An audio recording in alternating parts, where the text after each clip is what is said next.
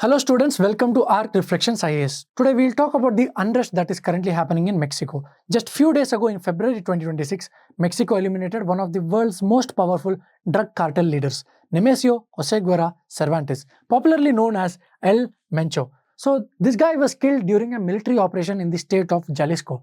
At first glance, this appears to be a major victory in Mexico's long war against organized crime. But within hours of his death, highways were blocked, cities were shut down, flights were cancelled and violence spread across multiple states of Mexico.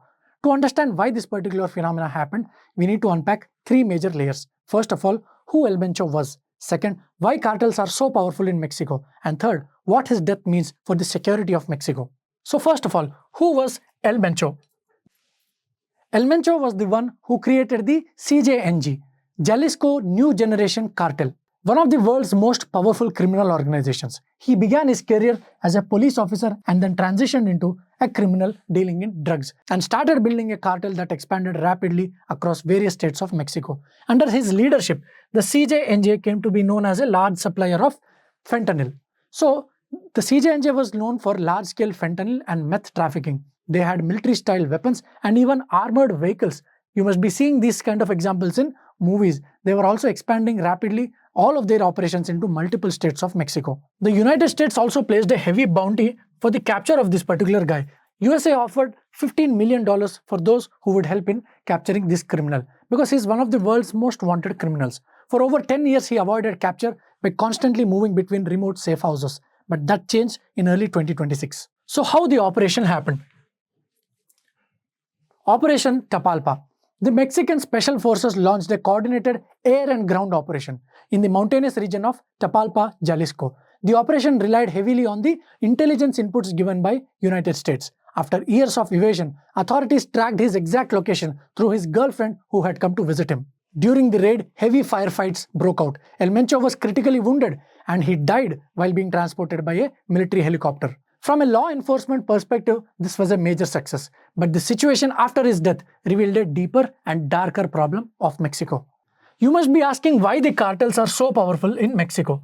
For this, you must understand that the violent reaction that happened after El Mencho's death. We must understand the structure of cartel power.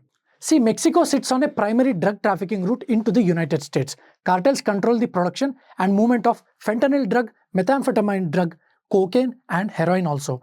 This illegal trade generates them billions of dollars every year. Over time, these drug cartels evolved beyond drug trafficking. They were involved in extortion rings, in fuel theft and other petty crimes, and also in money laundering business also. And you would be surprised to know that in some of the areas, the CJNG was also running parallel governments. So this makes the problem far more complex than a traditional crime. So why the violence increased after El Mencho's death? Because we must be wondering that if at all the violence must be reduced, right? No. After El Mencho's death, the CJNG launched something called as a coordinated retaliation. Across multiple states of Mexico, highways were blocked using burnt vehicles and businesses were shut down, airports suspended their flights, and even tourist cities experienced large-scale disruptions because of these particular gangs. The response had a clear purpose, that is to demonstrate that the cartels remained operational and capable of national-wide disruptions. This was not a random violence. It was a show of organizational strength of these drug cartels. They were basically challenging the government and saying that they should not be bothered. Parallelly, we also have the power vacuum problem. So after the death of El Mencho, history shows that removing such cartel leaders often increases violence in the short term. Two key dynamics here. First, the internal vacuum. See, the internal fragmentation takes place first. Here, the senior commanders compete for the leadership and territory control. Also, the lack of a central authority like El Mencho creates instability within this cartel. And the second is external competition. So, external competition also is a particular factor here. So, the opposition gangs, particularly the Sinaloa cartel and other groups, try to expand into the CJNG territory. This creates a period of instability because of these criminal organizations, because they are basically competing for control.